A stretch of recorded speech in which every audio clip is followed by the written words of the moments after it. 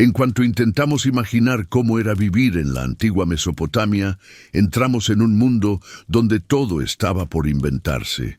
Hoy vamos a recorrer esa tierra situada entre dos ríos impredecibles, un lugar donde nacieron ciudades, leyes, templos, bibliotecas y muchas de las ideas que todavía sostienen nuestra forma de vivir.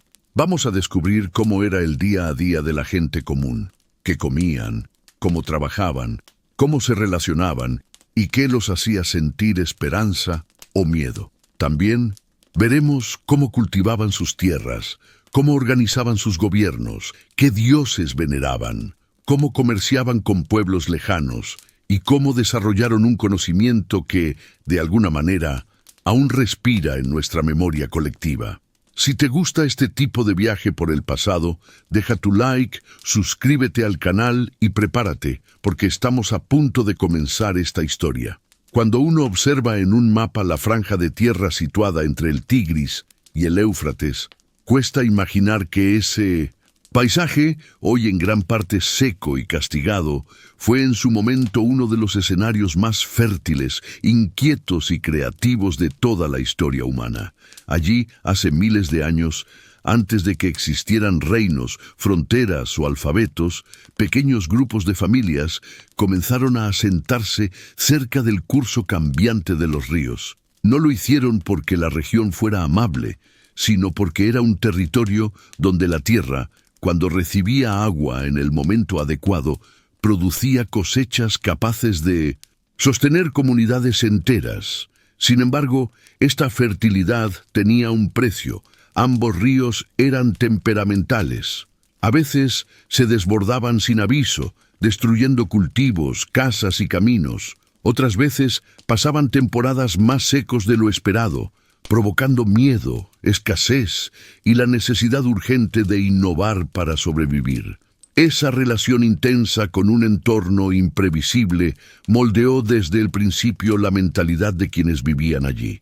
Con el tiempo, aquellas aldeas iniciales comenzaron a transformarse.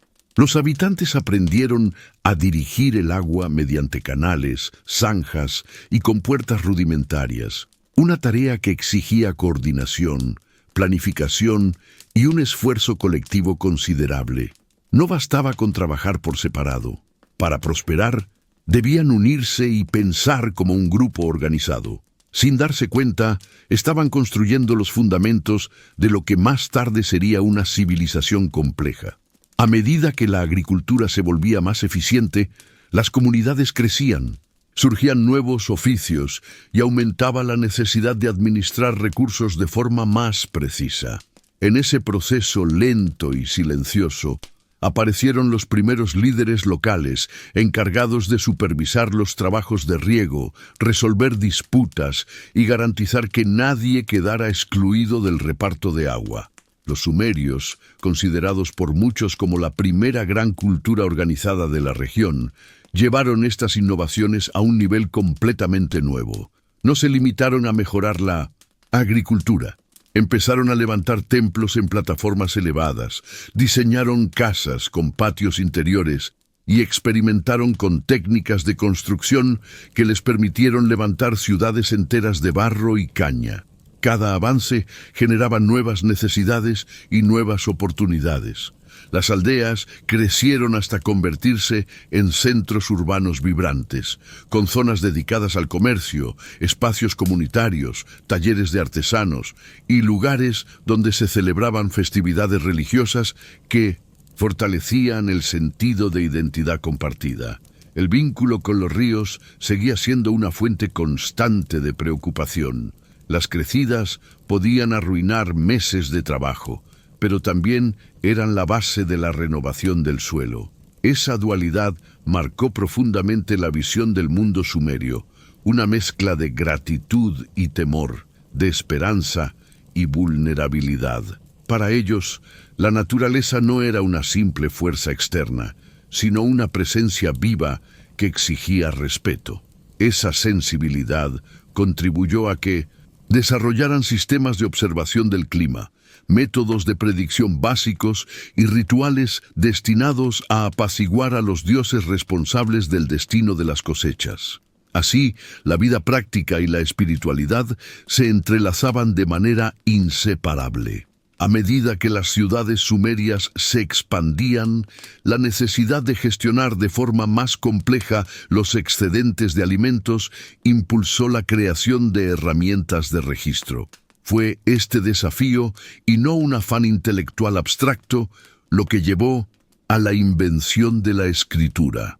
Las primeras tablillas no hablaban de héroes ni de batallas, sino de entregas de grano, deudas, trabajadores asignados a canales y raciones distribuidas en los templos. La escritura nació como un puente entre la memoria humana y las exigencias de un sistema cada vez más elaborado. Ese simple cambio permitió a los sumerios planificar a largo plazo, coordinar proyectos gigantescos y mantener la cohesión en comunidades con miles de habitantes. Lo fascinante es que todo este proceso no fue producto de un único momento de genialidad, sino el resultado de generaciones enfrentándose día tras día a un ambiente indomable. La civilización mesopotámica no surgió porque las condiciones fueran favorables, sino precisamente porque eran difíciles. La adversidad obligó a esas comunidades a desarrollar soluciones creativas, a cooperar intensamente y a imaginar formas nuevas de organizar la vida. Con cada canal excavado, con cada muro levantado y con cada registro anotado en una tablilla húmeda, estaban sentando las bases de un modelo urbano que influyó en todos los pueblos posteriores. Al final, lo que comenzó como un puñado de asentamientos dispersos se transformó en un mosaico de ciudades-estado que irradiaban cultura, tecnología y ambición. Los sumerios habían logrado algo extraordinario: convertir una tierra caprichosa en un centro de innovación sin equivalentes en su tiempo. La antigua Mesopotamia se convirtió así en uno de los primeros ejemplos de cómo la humanidad puede moldear su entorno y al mismo tiempo ser moldeada por él.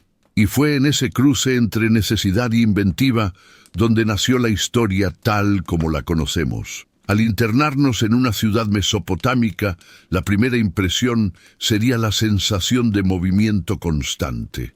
Las calles, estrechas y serpenteantes, estaban flanqueadas por muros de adobe que bajo el sol intenso adquirían tonos cálidos que iban del ocre al marrón rojizo. No había una planificación urbana como la entendemos hoy.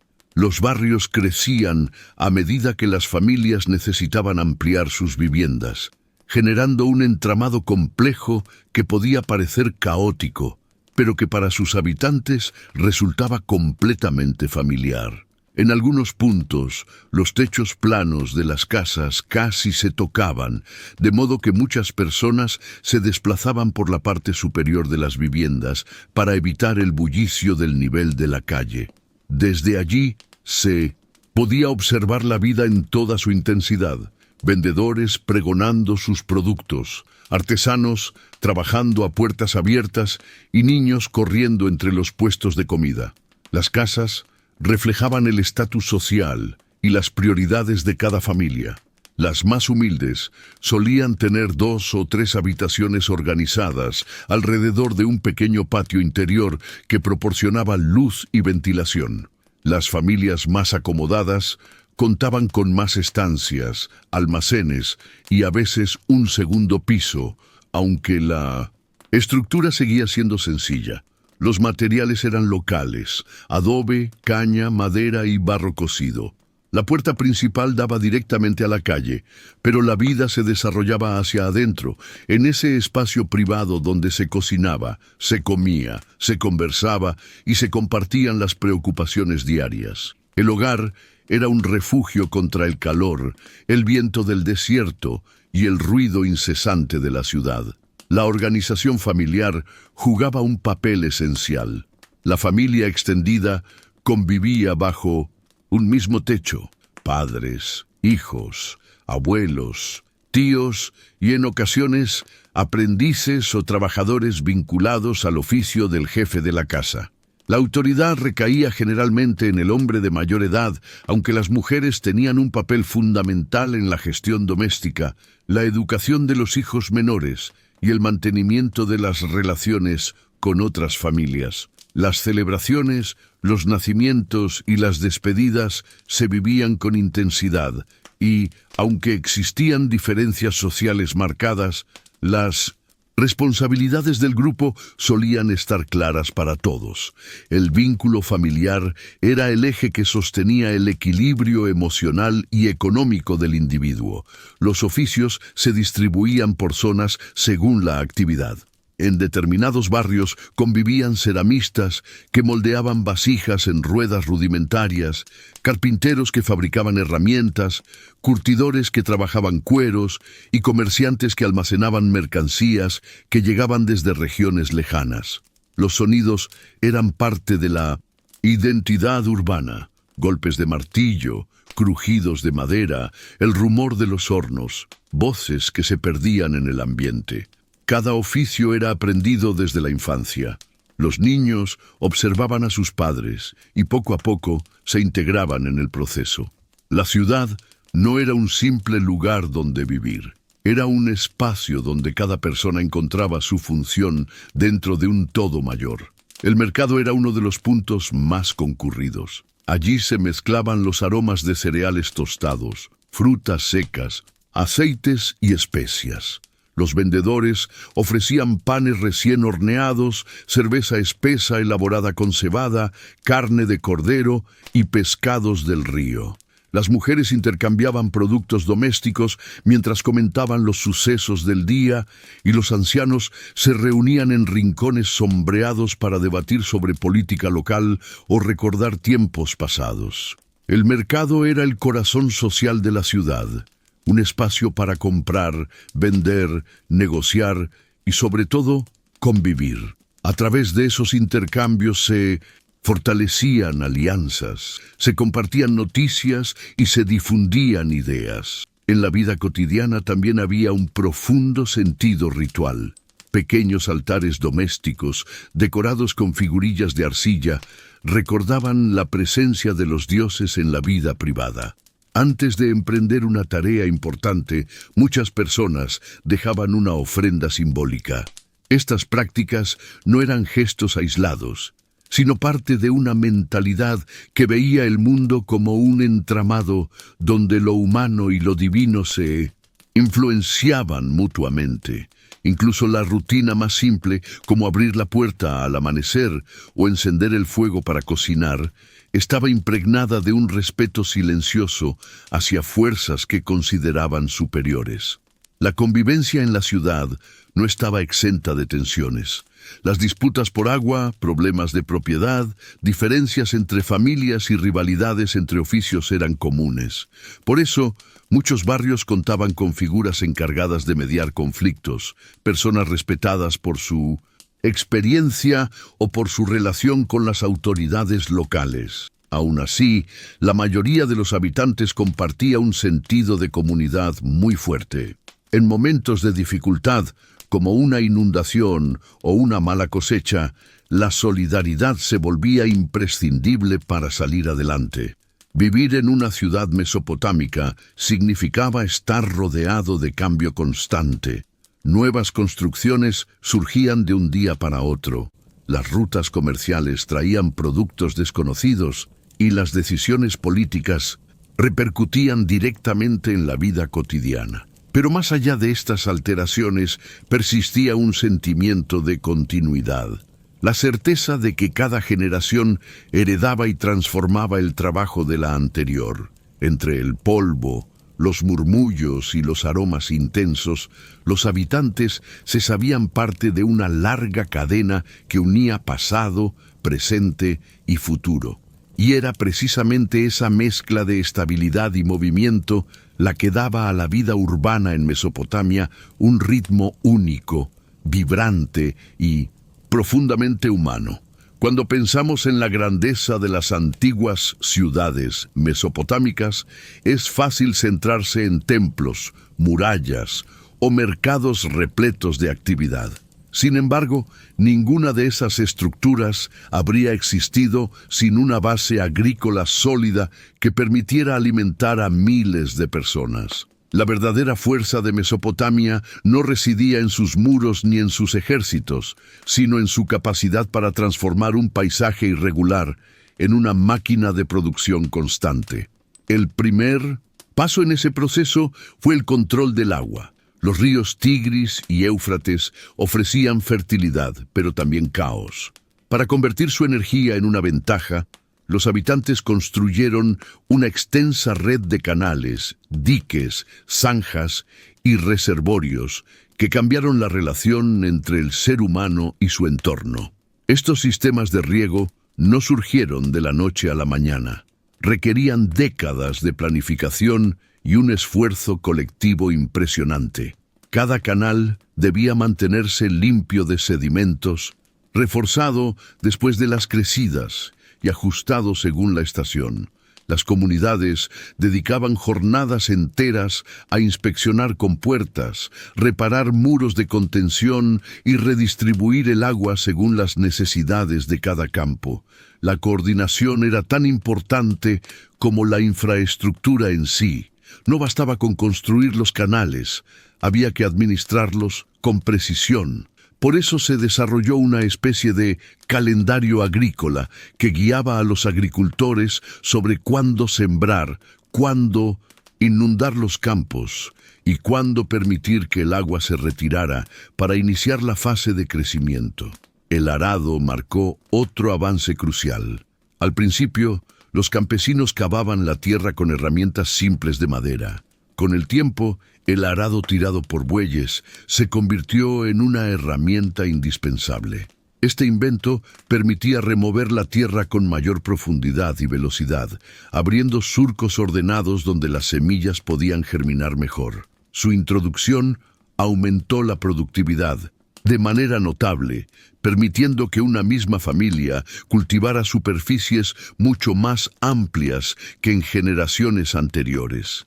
El arado, aunque rudimentario comparado con los estándares actuales, fue una revolución silenciosa que transformó la vida de miles de personas. La domesticación de animales desempeñó un rol complementario y esencial. Los bueyes se convirtieron en aliados inseparables del agricultor. Su fuerza era necesaria para mover los arados más pesados. Las cabras y las ovejas proporcionaban leche, carne y lana, recursos fundamentales tanto para la alimentación como para la fabricación de ropa y herramientas. Los burros eran animales de carga resistentes, capaces de transportar sacos de grano o materiales de construcción por largas distancias. Gracias a estos animales, el trabajo diario se volvió más eficiente y se redujo la dependencia exclusiva del esfuerzo humano.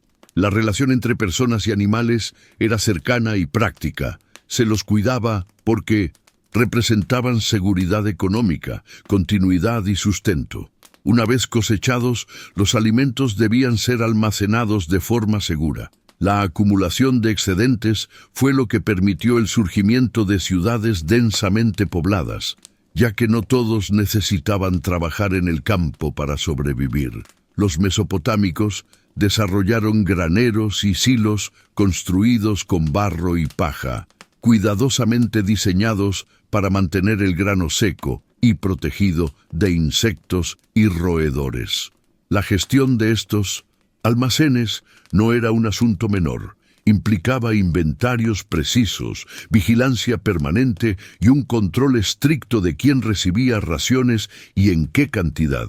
Esta necesidad impulsó la creación de sistemas de registro cada vez más complejos, lo que finalmente llevó a la formalización de la escritura.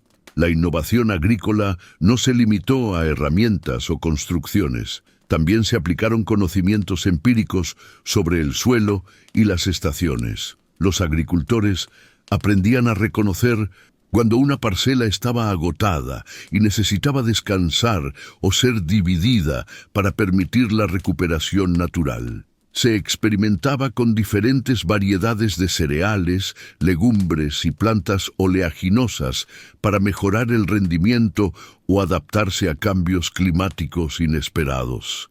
Este aprendizaje continuo se transmitía de generación en generación, creando una tradición agrícola sólida que evolucionaba con el tiempo.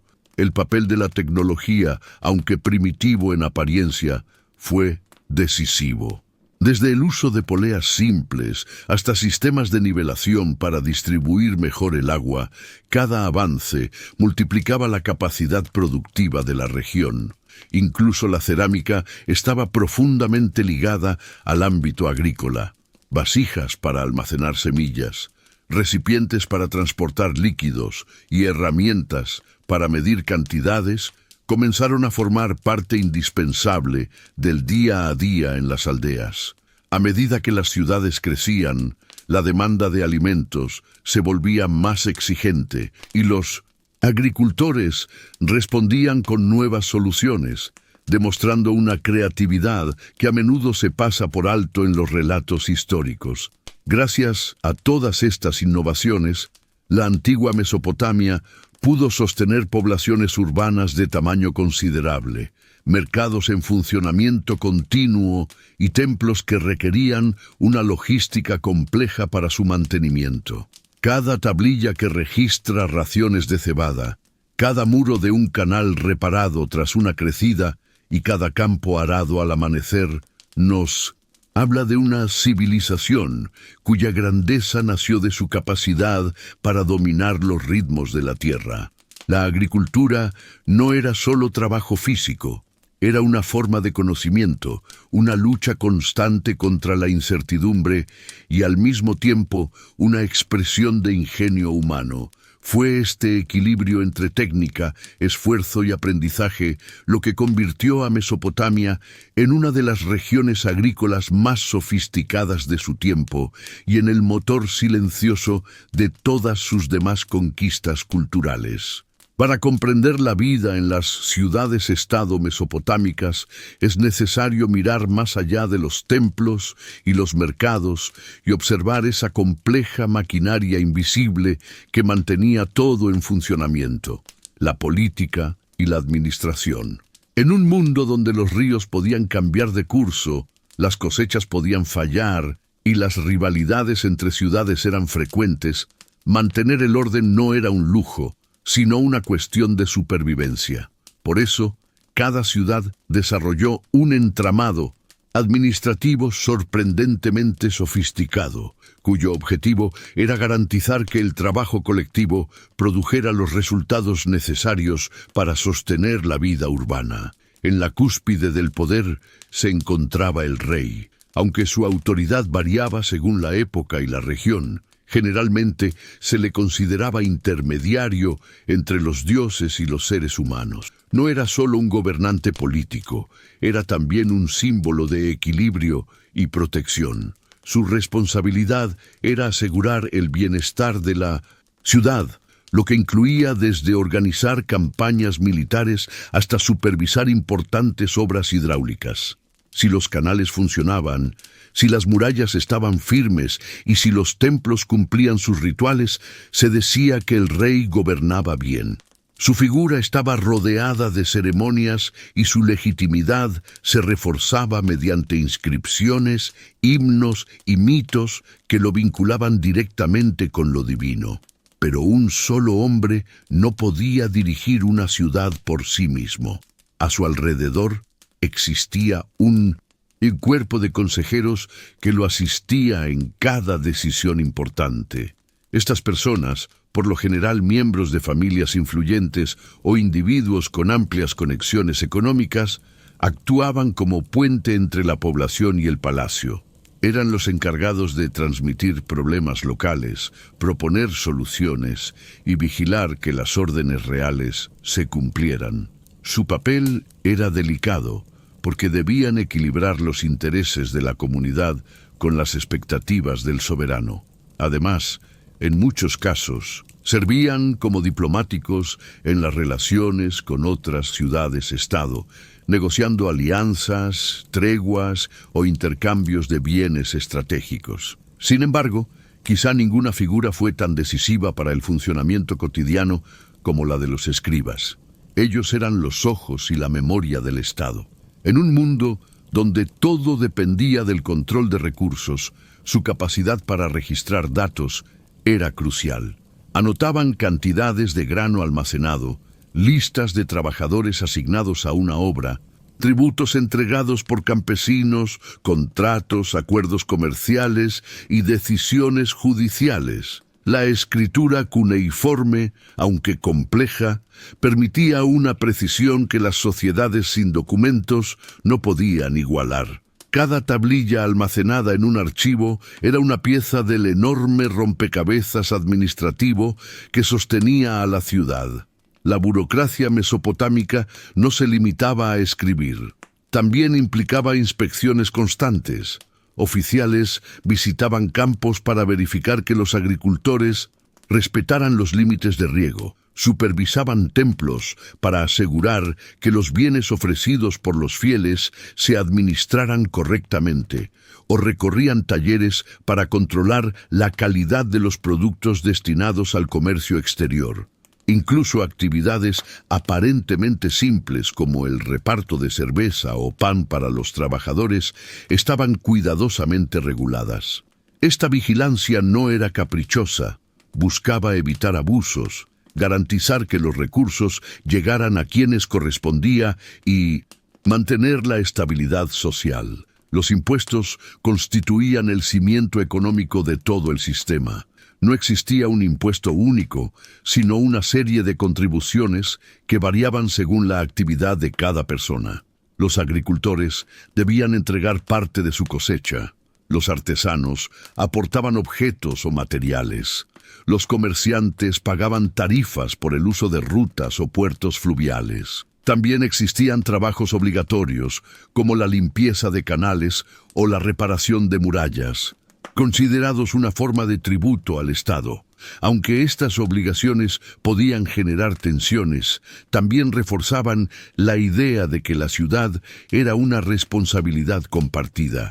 La organización del trabajo era meticulosa. Grandes proyectos, como la construcción de templos o la excavación de nuevos canales, requerían cuadrillas enteras de trabajadores distribuidos por especialización. Había capataces que supervisaban cada grupo, mensajeros que llevaban instrucciones y administradores que calculaban las raciones diarias. El trabajo colectivo no era solo una necesidad económica, era también un ritual social. Participar en estas tareas mantenía vivas las redes de solidaridad y reforzaba el sentimiento de pertenencia a la ciudad.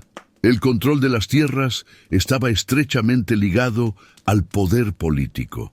Muchas parcelas eran propiedad de templos o del palacio y se arrendaban a campesinos que las cultivaban a cambio de rentas o servicios. Este sistema permitía al Estado regular la producción agrícola y evitar que unas pocas familias acumularan demasiado poder económico.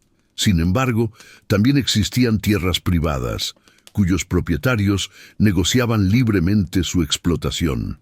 La coexistencia de estos modelos generaba dinámicas complejas, pero garantizaba cierta flexibilidad en la economía local. La estabilidad de una ciudad-estado dependía de que todas estas piezas encajaran. La política mesopotámica no era solo una cuestión de autoridad, era una red de relaciones donde cada oficio, cada registro y cada decisión contribuía a mantener el equilibrio. En un mundo tan vulnerable a la naturaleza y a los conflictos externos, esta organización minuciosa se convirtió en la verdadera fortaleza de las ciudades. Y así, en medio del polvo, los canales y los templos, nació una de las administraciones más tempranas y sofisticadas del mundo antiguo, cuyo legado aún puede percibirse en la forma en que hoy pensamos la política, la ley y el gobierno. Para los habitantes de la antigua Mesopotamia, la religión no era un conjunto de ideas abstractas ni un espacio separado de la vida diaria.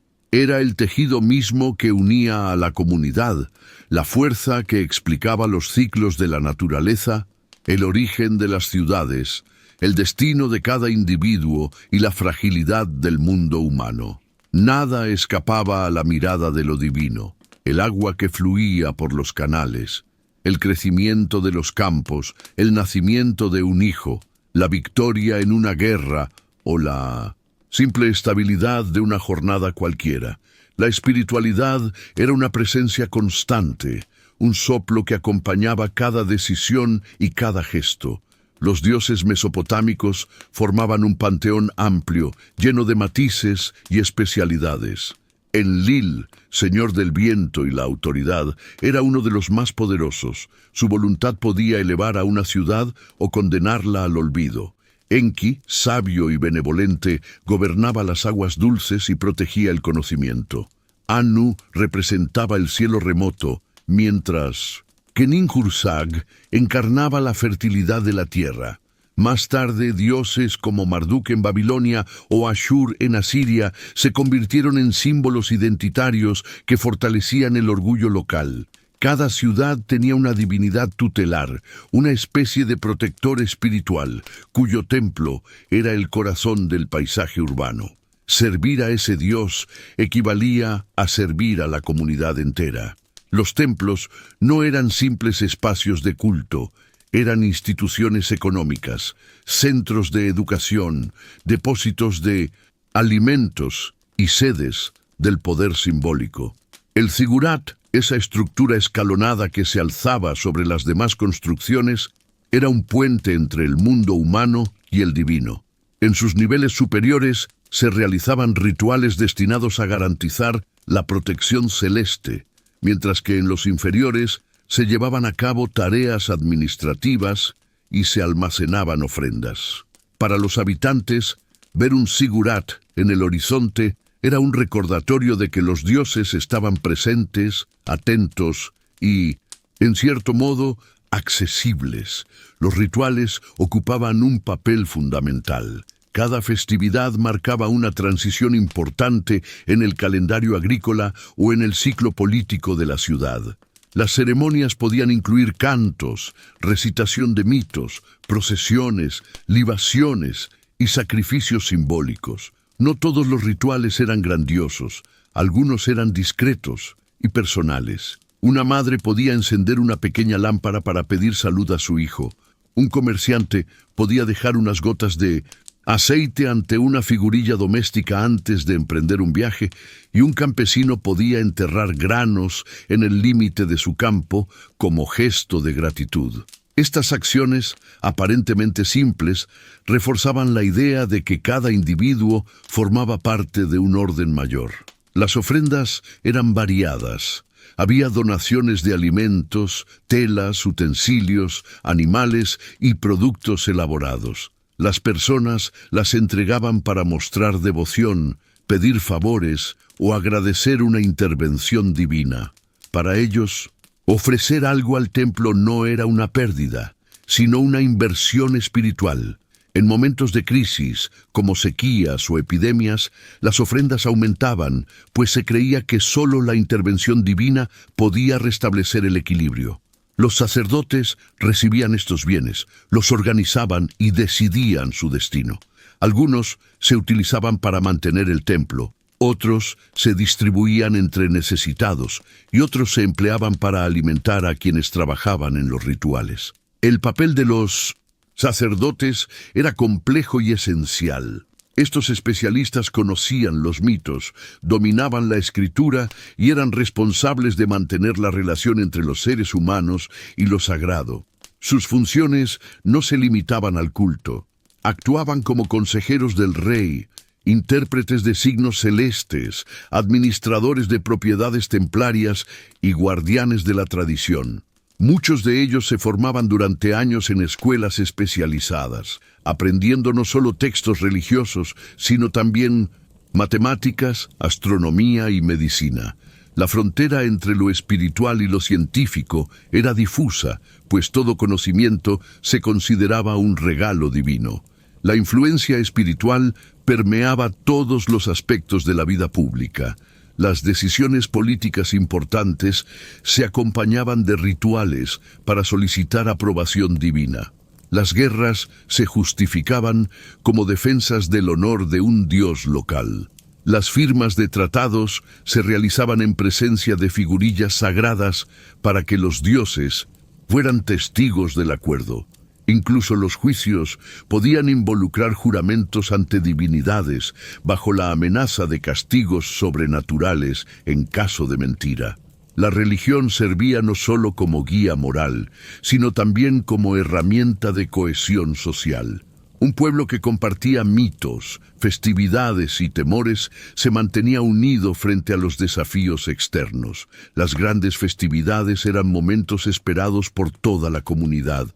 Una de las más conocidas era el Festival de Año Nuevo en 1900 Babilonia, que incluía misas solemnes, desfiles, lecturas de poemas épicos y una ceremonia simbólica en la que el rey debía demostrar su legitimidad ante los dioses. Este tipo de celebraciones fortalecía la identidad colectiva, renovaba la confianza en los gobernantes y recordaba a todos que el destino de la ciudad dependía de la armonía entre el mundo humano y el divino.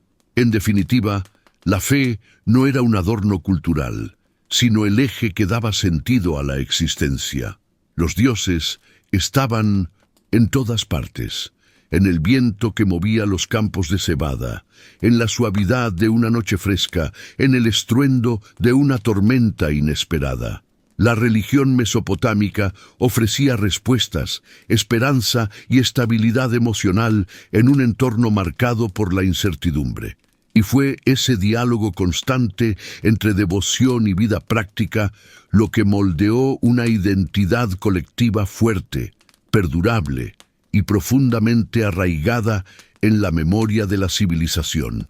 El comercio fue uno de los motores que impulsó a Mesopotamia desde sus primeros asentamientos hasta su conversión en un centro económico de enorme influencia. Ninguna ciudad podía sobrevivir únicamente con lo que producía su entorno inmediato.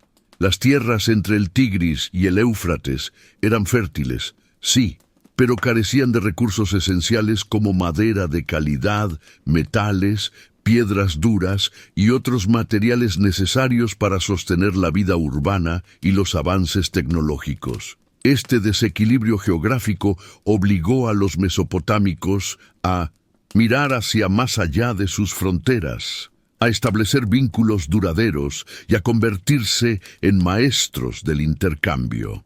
Las caravanas, los comerciantes y las rutas fluviales transformaron la región en un auténtico puente entre culturas. Las caravanas terrestres eran escenas habituales en los caminos que unían las ciudades-estado. Hombres y animales cargaban mercancías a través de vastas llanuras, montes pedregosos y zonas desérticas donde el viento parecía borrar cualquier rastro humano. Los asnos fueron los primeros animales utilizados como transporte, pero con el tiempo los mesopotámicos adoptaron el camello, especialmente en rutas más duras y secas. Viajar en caravana implicaba riesgos, ataques de bandidos, tormentas inesperadas, disputas territoriales o simples accidentes. Pero quienes lograban llegar a su destino regresaban con bienes preciados y con historias que enriquecían el imaginario colectivo. En muchos sentidos, un comerciante era también un mensajero cultural. Los ríos, sin embargo, eran las verdaderas autopistas de Mesopotamia. Tanto el Tigris como el Éufrates ofrecían rutas relativamente seguras y eficientes para transportar grandes cantidades de productos. Las embarcaciones variaban en tamaño y propósito. Pequeñas balsas de juncos servían para trayectos cortos, mientras que barcas más elaboradas podían llevar cargamentos considerables entre ciudades distantes. Navegar por estos ríos requería habilidad, pues las corrientes eran caprichosas y las crecidas podían alterar el paisaje de un día para otro. Aún así, muchos comerciantes preferían el agua sobre la tierra, ya que los ríos conectaban de manera natural centros urbanos, tierras agrícolas y regiones más alejadas. Los bienes que circulaban por estas rutas eran sorprendentemente variados, desde productos básicos como grano, lana, cerveza y aceite, hasta artículos especializados como tejidos finos, perfumes, pigmentos, herramientas de metal y cerámica, esmaltada. La región importaba madera de cedro desde los montes del Líbano, metales como cobre desde Anatolia y estaño desde regiones aún más distantes, tal vez tan lejos como Asia Central. También llegaban piedras preciosas y semipreciosas, lapislázuli de Afganistán, cornalina de Irán, obsidiana de Anatolia. Estos materiales exóticos se convertían en símbolos de estatus para la élite, pero también eran esenciales para la producción artesanal que definía la identidad de cada ciudad. El intercambio no se limitaba a objetos materiales. También había transferencia de ideas, técnicas y formas culturales. Un comerciante que llegaba de tierras lejanas podía traer nuevos estilos artísticos, conocimientos de arquitectura, métodos agrícolas o narraciones míticas que influían en los relatos locales. Las rutas comerciales funcionaban como canales de comunicación entre pueblos heterogéneos, fomentando la innovación y expandiendo la visión del mundo mesopotámico. En ocasiones, incluso los sistemas de escritura y las prácticas diplomáticas se difundieron a través de contactos comerciales. No es casualidad que muchas grandes civilizaciones antiguas crecieran en las intersecciones de estas redes. Las ciudades-estado mesopotámicas, conscientes del valor del comercio, establecieron acuerdos formales para garantizar la seguridad de los comerciantes. Estos acuerdos incluían pactos de protección, tarifas reguladas y normas específicas para resolver disputas. En algunos casos, una ciudad enviaba a representantes oficiales, llamados tamkarum, para supervisar transacciones, asegurar la calidad de los bienes y mantener la confianza entre las partes involucradas. Estos funcionarios también podían actuar como intermediarios entre comerciantes extranjeros y autoridades locales, facilitando así la cooperación económica. El impacto económico del comercio fue profundo. Las ciudades no solo obtenían bienes esenciales, sino que también generaban riqueza a través de impuestos, tarifas y la expansión de talleres artesanales dedicados a transformar los materiales importados. Los barrios comerciales se convirtieron en zonas vibrantes donde convivían artesanos, escribas, mercaderes y trabajadores de todas las clases. Muchas familias dependían directamente del comercio para su sustento, ya fuera cultivando materias primas, transportando mercancías o elaborando productos destinados a la venta. Este dinamismo fortaleció la estructura social y estimuló la expansión urbana. La apertura de Mesopotamia al mundo también reforzó su papel como intermediaria entre regiones distantes. Sus ciudades, situadas en una encrucijada geográfica estratégica, conectaban el Mediterráneo con el Irán occidental y las rutas hacia Asia Central. Gracias a este posicionamiento, Mesopotamia se convirtió en un nodo imprescindible para el flujo económico del antiguo Cercano Oriente. De hecho, muchas disputas políticas y guerras se originaron por el control de rutas comerciales clave o de territorios que garantizaban acceso a bienes valiosos. El comercio, por tanto, no solo enriquecía a la región, sino que también la hacía vulnerable. Un bloqueo, una sequía o la caída de una ciudad importante podía interrumpir las rutas y causar tensiones económicas inmediatas. Esta fragilidad llevó a muchos gobernantes a invertir en infraestructura, defensa y diplomacia con el objetivo de proteger los corredores comerciales. En 1900, los archivos de tablillas cuneiformes se conservan registros que muestran acuerdos entre ciudades, contratos privados, listas de mercancías y hasta cartas de queja entre comerciantes. Estos documentos revelan la complejidad y sofisticación de un sistema económico sorprendentemente avanzado. En conjunto, el comercio convirtió a Mesopotamia en una civilización abierta, dinámica y en constante comunicación con su entorno. Gracias a sus rutas terrestres y fluviales, la región no solo obtuvo los recursos que necesitaba, sino que también se convirtió en un puente entre mundos distantes. Y en ese puente, en ese ir y venir continuo de bienes, personas e ideas, se forjó una identidad colectiva que trascendió su geografía, proyectándose hacia el futuro como uno de los primeros grandes centros de intercambio de la historia humana. La guerra formó parte constante del paisaje político y emocional de la antigua Mesopotamia. Las ciudades-estado que habitaban la llanura entre el Tigris y el Éufrates competían por recursos escasos, rutas estratégicas, prestigio religioso e incluso por antiguas rivalidades heredadas de generaciones anteriores. En un territorio donde la riqueza dependía del control del agua, de los campos de cultivo y de los caminos comerciales, cualquier alteración podía desencadenar tensiones militares. Por eso, la figura del guerrero, el equipamiento militar y las estrategias de defensa se volvieron elementos esenciales en la vida cotidiana de sus habitantes. Las armas utilizadas en la región evolucionaron a lo largo del tiempo, reflejando tanto innovaciones técnicas como necesidades tácticas. Los soldados mesopotámicos manejaban lanzas largas capaces de mantener a raya a los enemigos, dagas de bronce que servían en combates cerrados y arcos simples pero fiables que permitían atacar a distancia. Más tarde, con la introducción del bronce en mayor escala, los guerreros adoptaron hachas de filo reforzado, puntas de lanza más duraderas y cascos metálicos que ofrecían protección adicional. Algunas tropas también empleaban hondas, una herramienta aparentemente humilde, pero capaz de proyectar piedras con fuerza suficiente para fracturar huesos. La variedad del armamento muestra cómo los ejércitos combinaron potencia, movilidad y precisión para imponerse en el terreno.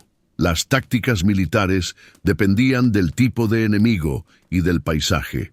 Los ejércitos organizados por las ciudades-estado solían avanzar en formación cerrada, protegidos por escudos de madera recubiertos de cuero.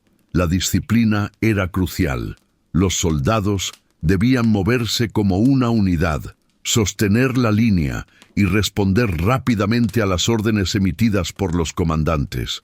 Aunque las batallas campales eran comunes, gran parte de la guerra mesopotámica consistía en cercar ciudades enemigas, bloquear sus accesos y cortar el suministro de agua.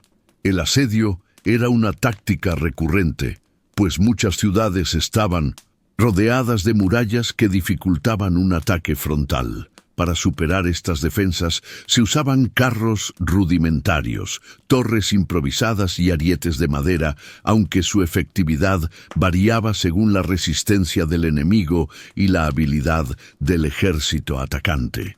Las murallas eran un elemento omnipresente en Mesopotamia, símbolos tanto de poder como de vulnerabilidad. Construidas con ladrillos de adobe y en algunos casos reforzadas con capas de materiales más resistentes, rodeaban las ciudades formando auténticos cinturones de seguridad. Estas estructuras no solo protegían de invasores humanos, sino también de animales salvajes y de inundaciones repentinas. Su tamaño y complejidad podían transmitir la riqueza y la autoridad del gobernante local. Muchas ciudades contaban con puertas monumentales decoradas con relieves que mostraban escenas de victoria o de devoción religiosa, recordando a todos los que entraban que aquella comunidad estaba preparada para defender su autonomía. Los conflictos entre ciudades-estado no se originaban únicamente por ambición territorial. En muchas ocasiones, disputas sobre canales de riego desencadenaban hostilidades. Un canal desviado, un dique roto o una obra hidráulica sin coordinación podía arruinar cosechas enteras y poner en riesgo a miles de personas. Por eso, el control del agua era motivo frecuente de guerra. A esto se sumaban tensiones comerciales, bloquear un camino, imponer tarifas excesivas o violar acuerdos podía ser interpretado como una agresión deliberada. También existían rivalidades religiosas, pues cada ciudad protegía con fervor a su deidad patrona y consideraba que defender su honor era un deber sagrado.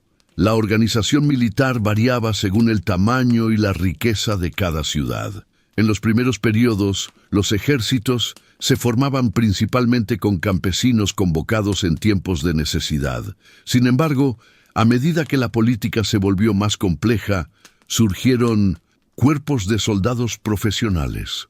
Estos hombres dedicaban su vida al entrenamiento, recibían raciones especiales y a menudo residían en barracones cercanos a los palacios. Su presencia otorgaba mayor estabilidad a los gobernantes, quienes podían reaccionar rápidamente ante amenazas internas o externas. Además, los reyes solían participar directamente en las campañas militares, encabezando las tropas, o al menos apareciendo en las inscripciones como líderes victoriosos. Incluso cuando no habían combatido personalmente, el prestigio militar desempeñaba un papel decisivo en la legitimidad del poder. Un gobernante incapaz de defender su ciudad o de expandir su influencia corría el riesgo de ser depuesto. Los relatos oficiales, grabados en tablillas y relieves, exaltaban las victorias como signos de la aprobación divina. Se representaba a reyes derrotando enemigos, sometiendo prisioneros o recibiendo armas de los dioses. Estas imágenes reforzaban la idea de que la guerra no era solo un asunto político o económico, sino un acto profundamente conectado con la voluntad de lo sagrado. Las derrotas, en cambio, podían traer consecuencias devastadoras. Una ciudad saqueada perdía recursos esenciales, templos eran profanados y su población podía ser desplazada. En algunos casos, los vencedores destruían murallas, derramaban la tierra de los campos o deportaban artesanos para debilitar la estructura económica del enemigo. Aunque estos actos eran brutales, también formaban parte de una estrategia para asegurar que la ciudad derrotada no recuperara rápidamente su poder. La diplomacia militar también tuvo un papel fundamental. En lugar de recurrir siempre a la violencia, las ciudades negociaban tributos, pactaban alianzas o firmaban tratados temporales para enfrentar amenazas compartidas. Estas alianzas podían romperse fácilmente, pero demostraban que incluso en un ambiente competitivo existía espacio para la negociación. Los matrimonios políticos entre casas gobernantes se empleaban como medios para consolidar la paz, aunque su eficacia dependía del equilibrio de poder entre las partes.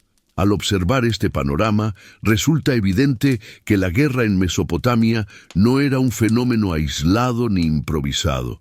Formaba parte estructural del funcionamiento de las ciudades-estado y moldeaba sus decisiones políticas, económicas y religiosas. La necesidad de defender territorios, controlar rutas y garantizar acceso al agua llevó a estas sociedades a desarrollar ejércitos organizados, sistemas defensivos sofisticados y estrategias que influirían en otras civilizaciones futuras. En este entorno tenso y competitivo, el poder militar se convirtió en un eje central de la vida mesopotámica, condicionando tanto el presente de sus habitantes como el legado que dejarían a las generaciones venideras. La educación en la antigua Mesopotamia nació de una necesidad fundamental: registrar el mundo. En sociedades donde la administración, el comercio y la vida religiosa dependían de la precisión, la escritura se convirtió en una herramienta indispensable. Para manejar este instrumento poderoso, surgieron escuelas especializadas donde se formaban los escribas, una élite intelectual que garantizaba el funcionamiento de la ciudad. Estos centros educativos, conocidos como edubas, no solo enseñaban a escribir, sino que moldeaban una forma de pensar que combinaba disciplina, observación y orden. La vida dentro de una escuela de escribas no era sencilla. Los estudiantes, muchos de ellos hijos de familias acomodadas o vinculadas a la administración, pasaban largas horas copiando signos cuneiformes en tablillas de arcilla húmeda. Aprender esta escritura exigía memorización constante, atención al detalle y manos firmes. Los maestros solían ser estrictos y no dudaban en reprender a quienes cometían errores. Algunos textos encontrados en excavaciones describen a los alumnos quejándose del trato severo, de los castigos y de las tareas interminables. Aún así, quienes lograban completar el ciclo educativo obtenían un prestigio considerable, pues el dominio de la escritura abría puertas en templos, palacios, archivos y oficinas de comercio. Las tablillas de arcilla eran el corazón del proceso educativo. A falta de papel, los mesopotámicos moldeaban pequeñas superficies húmedas, donde trazaban signos con un cálamo de madera o caña. Una vez escrito el texto, podían secarlo al sol para conservarlo o reutilizar la arcilla si necesitaban seguir practicando. Este método permitió que miles de documentos sobrevivieran hasta nuestros días, desde ejercicios escolares hasta contratos reales, listas de ofrendas, himnos, leyes, recetas médicas y observaciones astronómicas. Cada tablilla es un fragmento directo del pensamiento mesopotámico, una ventana a su manera de interpretar y organizar la realidad.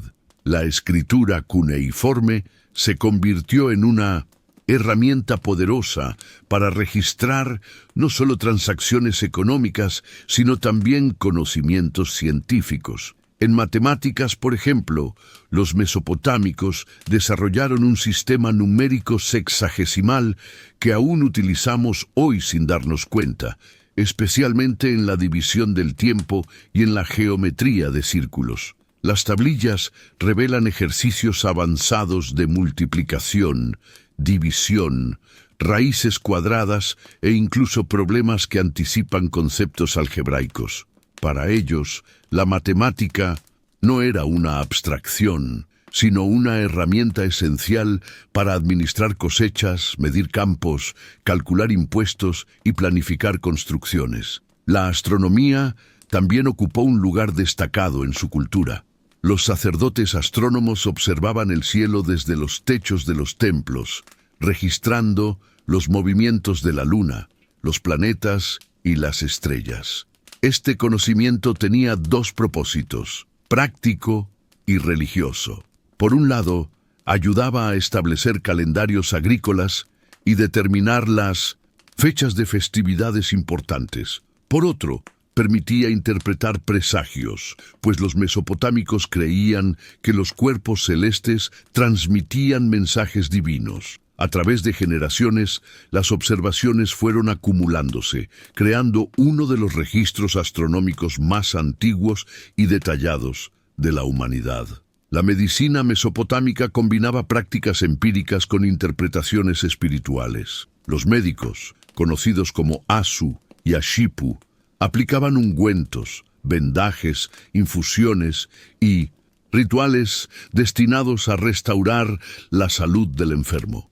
Las tablillas médicas conservan diagnósticos muy precisos sobre heridas, fracturas, enfermedades de la piel e incluso problemas psicológicos. Sin embargo, la enfermedad también se interpretaba como una señal de desequilibrio espiritual, por lo que el tratamiento incluía plegarias, amuletos y fórmulas rituales. Esta mezcla de ciencia y religión revela cómo los mesopotámicos concebían el cuerpo como un espacio donde lo humano y lo divino interactuaban constantemente. El conocimiento no se limitaba a las ciencias. Las escuelas también promovían la literatura, la retórica y la copia de textos sagrados y épicos.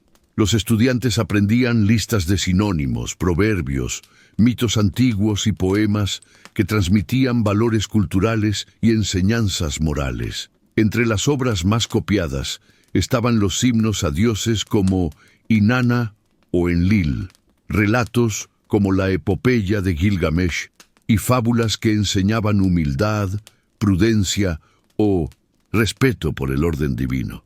La repetición constante de estos textos no solo formaba escritores competentes, sino individuos que comprendían la estructura simbólica de su sociedad. Los archivos de templos y palacios actuaban como auténticos centros de conocimiento.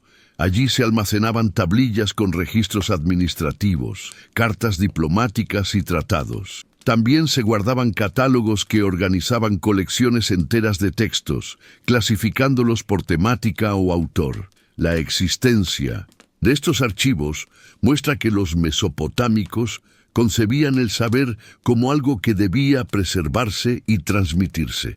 Lejos de improvisar, buscaban construir una memoria colectiva capaz de resistir al tiempo y a las crisis políticas. La visión mesopotámica del universo estaba profundamente ligada a su obsesión por el registro. Ellos creían que el cosmos funcionaba como una gran estructura ordenada, donde cada fenómeno tenía una causa y un significado. Registrar los hechos, ya fueran inundaciones, movimientos astrales o decisiones administrativas, era una forma de comprender ese orden y de mantener la armonía entre los seres humanos y los dioses. Escribir no era solo un acto práctico, sino casi ritual, una manera de fijar en la materia aquello que, de otro modo, se perdería en el flujo del tiempo. Con este enfoque disciplinado, Mesopotamia creó una tradición de conocimiento que influiría en civilizaciones posteriores. Sus métodos matemáticos se difundieron, sus textos literarios serían copiados por siglos, y sus observaciones astronómicas se convertirían en base para estudios futuros. De algún modo, los escribas mesopotámicos fueron los primeros arquitectos de la memoria humana, guardianes de una sabiduría que se extendió más allá de su tierra natal y que todavía hoy nos permite reconstruir cómo pensaban, cómo soñaban y cómo buscaban comprender un universo que para ellos siempre debía ser observado, registrado y descifrado. El arte mesopotámico nació de una profunda necesidad de expresar el lugar del ser humano dentro de un universo gobernado por fuerzas visibles e invisibles. Cada objeto, desde una pequeña joya hasta la decoración de un templo, llevaba consigo una intención simbólica. Las ciudades-estado competían no solo en poder militar o riqueza, sino también en la capacidad de producir obras que reflejaran prestigio, devoción y conocimiento. Esta sensibilidad artística creó un legado diverso, pleno de símbolos y detalles que aún hoy revelan cómo concebían la belleza, la espiritualidad y el orden del mundo. Las esculturas fueron uno de los medios más impactantes que desarrollaron. No buscaban imitar la realidad con exactitud, sino capturar la esencia espiritual del sujeto. Las estatuas de gobernantes aparecían con ojos grandes y atentos, como si estuvieran en constante comunión con lo divino. Sus manos solían estar entrelazadas en gesto de reverencia, recordando que incluso el más poderoso dependía de la voluntad de los dioses. Estas figuras se colocaban en templos o edificios públicos, no para glorificar al individuo, sino para manifestar su papel como intermediario entre cielo y tierra. La geometría de sus cuerpos expresaba estabilidad, autoridad y serenidad, rasgos esenciales para la identidad mesopotámica. Junto a estas esculturas solemnes existían representaciones más pequeñas y más íntimas, figuras de dioses protectores, animales sagrados o personajes míticos, elaboradas en arcilla, piedra o metal, acompañaban a las personas en sus casas, se colocaban en altares domésticos o se enterraban como amuletos en los cimientos de edificios nuevos. Estos objetos demuestran cómo la espiritualidad se integraba en cada aspecto de la vida, desde la arquitectura hasta la vida cotidiana. Sin embargo, uno de los artefactos más característicos de la región fueron los sellos cilíndricos. Estas diminutas piezas de piedra grabada funcionaban como firmas personales y documentos oficiales. Al rodarlos sobre arcilla húmeda, dejaban una impresión continua que podía mostrar escenas detalladas, procesiones rituales, animales míticos, reyes frente a deidades o motivos geométricos que revelaban una destreza artística sorprendente. Más que simples herramientas administrativas, los sellos eran símbolos de identidad y prestigio. Su iconografía condensaba valores y mitos, convirtiendo cada pieza en una narración portátil. La joyería también alcanzó un grado notable de refinamiento. Se elaboraban collares, brazaletes, pendientes, diademas y adornos para el cabello con materiales importados. Lapislázuli de Afganistán, oro de Anatolia, cornalina de Irán y turquesa de regiones lejanas. Los artesanos combinaban estos elementos con precisión y gusto, creando piezas que evocaban protección, belleza y poder. Muchas joyas tenían funciones rituales o funerarias. Se colocaban en tumbas para acompañar a los difuntos en su viaje al más allá. La riqueza de estos objetos hablaba tanto de la sofisticación técnica como de la profunda relación entre arte y espiritualidad. La música desempeñó un papel fundamental en la vida mesopotámica. Las tablillas cuneiformes mencionan himnos, cantos rituales y repertorios interpretados en ceremonias, templos y celebraciones. Los instrumentos más comunes incluían arpas de forma elegante, liras decoradas con incrustaciones, tambores de distintos tamaños, flautas de caña y sistros de metal que acompañaban danzas y procesiones. En algunos palacios se han hallado relieves que muestran músicos tocando en honor a reyes o dioses, indicando que el sonido tenía un carácter sagrado y social. La música podía acompañar funerales, rituales agrícolas, festividades cívicas o momentos íntimos dentro del hogar. En todos los casos, se consideraba un lenguaje capaz de conectar a los humanos con el ámbito divino. La literatura épica fue otro de los pilares culturales de la región. La epopeya de Gilgamesh, quizá la obra más conocida, narra las aventuras de un rey que busca entender la vida, la muerte y el sentido de la existencia. Este poema refleja valores esenciales de la mentalidad mesopotámica: la fragilidad humana, la ambición, la amistad, el miedo a lo desconocido y el deseo profundo de trascendencia. Pero Gilgamesh no fue el único texto literario relevante. Himnos, lamentos, proverbios, fábulas y mitos religiosos formaban un universo narrativo complejo que transmitía saberes, emociones y visiones del mundo. Cada tablilla era un nodo en la vasta red de historias que unían a las generaciones. Los templos y palacios funcionaban como centros artísticos donde escultores, pintores, ceramistas y orfebres trabajaban juntos. Las paredes podían estar decoradas con relieves que mostraban escenas de batalla, rituales solemnes o escenas de la vida diaria. Estos relieves no solo embellecían los edificios, sino que transmitían un mensaje político: la estabilidad del reino, la protección divina y el orden social. La arquitectura también era un arte en sí misma. Los zigurats, esas enormes plataformas escalonadas, dominaban el paisaje urbano. Su diseño combinaba matemática, simbolismo y monumentalidad, representando el puente entre los hombres y los dioses. Los símbolos desempeñaban un papel crucial en la comunicación visual. Animales como el león, el toro, el águila o el escorpión tenían significados específicos. Algunos representaban fuerza, otros protección o sabiduría. Las figuras híbridas, como humanos con alas o criaturas con cuerpos combinados, expresaban la presencia de fuerzas superiores que actuaban en el mundo humano. Estos símbolos aparecían en sellos, cerámicas, murales y esculturas, reforzando la idea de que la realidad estaba compuesta por niveles interconectados. La sensibilidad estética mesopotámica estaba profundamente unida a su visión del cosmos. Para ellos, la belleza no era solo un placer visual, sino una forma de expresar armonía. El orden geométrico, las composiciones equilibradas y el uso preciso de materiales reflejaban la convicción de que la vida debía seguir un patrón comprensible.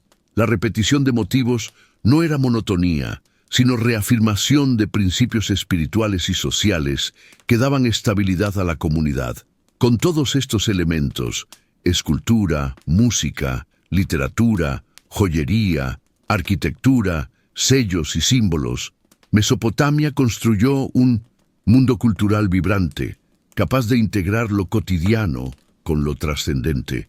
Su arte no fue un lujo reservado a unos pocos, sino una expresión profunda de su identidad. Y aunque muchas de sus obras se han perdido, lo que ha sobrevivido sigue transmitiendo la sensibilidad de una civilización que encontró en la creatividad una manera de dialogar con el tiempo, con la naturaleza y con los dioses que guiaban su destino. La historia de Mesopotamia suele narrarse con fechas, nombres y mapas, pero al mirar más de cerca descubrimos algo mucho más profundo, un latido humano que aún resuena. Aquellos pueblos que levantaron ciudades entre ríos caprichosos no solo construyeron templos, murallas y archivos, sino una manera de entender el mundo que, sin que lo notemos, sigue acompañando nuestras vidas. Cuando evocamos su legado, no recordamos únicamente a reyes, conquistas o tablillas, sino la mezcla de fragilidad y ambición que definió a los primeros habitantes de ese territorio fértil y temible. Ellos vivieron bajo un cielo impredecible, rodeados de fuerzas naturales que podían ser generosas o devastadoras. Y aún así se atrevieron a imaginar estructuras sociales complejas y a creer que era posible dar orden al caos. Su vida cotidiana dejó huellas que sobrevivieron a imperios, sequías, guerras y olvidos. Cada ladrillo secado al sol, cada canal excavado, cada palabra grabada con un cálamo fue una declaración silenciosa de que la existencia humana podía ser registrada, compartida y transmitida. Se aferraron a la convicción de que el conocimiento merecía ser preservado incluso cuando ellos ya no estuvieran. Esa voluntad de permanencia es quizá la mayor herencia que dejaron, pues gracias a ella hoy podemos asomarnos a su mundo con una cercanía casi íntima. Las tablillas que copiaron estudiantes en escuelas abarrotadas, los himnos que los sacerdotes recitaban al amanecer, las leyes que los gobernantes dictaban para proteger cosechas o zanjar disputas. Todo eso se convirtió en un puente entre su época y la nuestra. Al contemplar su arte y su literatura, encontramos pistas sobre cómo interpretaban la existencia. No veían la realidad como algo aislado, sino como un tejido en el que cada acción humana era observada por dioses exigentes, pero también protectores. Sus expresiones estéticas buscaban captar esa unión entre lo terrenal y lo sagrado, revelando un deseo constante de comprender lo invisible. La música que tocaban en los templos, las historias que recitaban los narradores y las imágenes que tallaban en piedra transmitían una visión del mundo donde lo cotidiano y lo mítico se fusionaban. Esa sensibilidad ayudó a moldear la imaginación humana para siempre. También nos dejaron la noción de que una ciudad es mucho más que edificios. Es una comunidad de esperanzas, tensiones, miedos y aspiraciones. Las plazas donde debatían, los talleres donde forjaban metales, las casas modestas donde familias enteras compartían pan y preocupaciones. Todo formaba parte de una coreografía social que necesitaba reglas y acuerdos para sostenerse. Al crear sistemas políticos, códigos legales y modelos administrativos, colocaron las primeras piedras de la organización urbana que conocemos hoy. Muchas de las dinámicas que rigen nuestras sociedades modernas, desde la contabilidad hasta la propiedad, desde los contratos comerciales hasta la planificación del trabajo, nacieron en 1900, aquellas llanuras atravesadas por dos ríos imponentes. Y sin embargo, quizá lo más fascinante de Mesopotamia no sea lo que construyeron, sino lo que imaginaron. Crearon epopeyas que hablaban de héroes en busca de inmortalidad, de dioses que discutían el destino de los hombres y de criaturas que habitaban los límites de la percepción humana. Con esas narraciones intentaron dar sentido al misterio de la existencia, del sufrimiento, del amor, de la muerte y de la fugacidad del poder. Al leer esos relatos hoy, sentimos que sus preguntas siguen siendo nuestras. La distancia temporal se disuelve y nos damos cuenta de que no somos tan distintos. Seguimos buscando respuestas, seguimos luchando contra lo incierto, seguimos soñando con dejar una marca.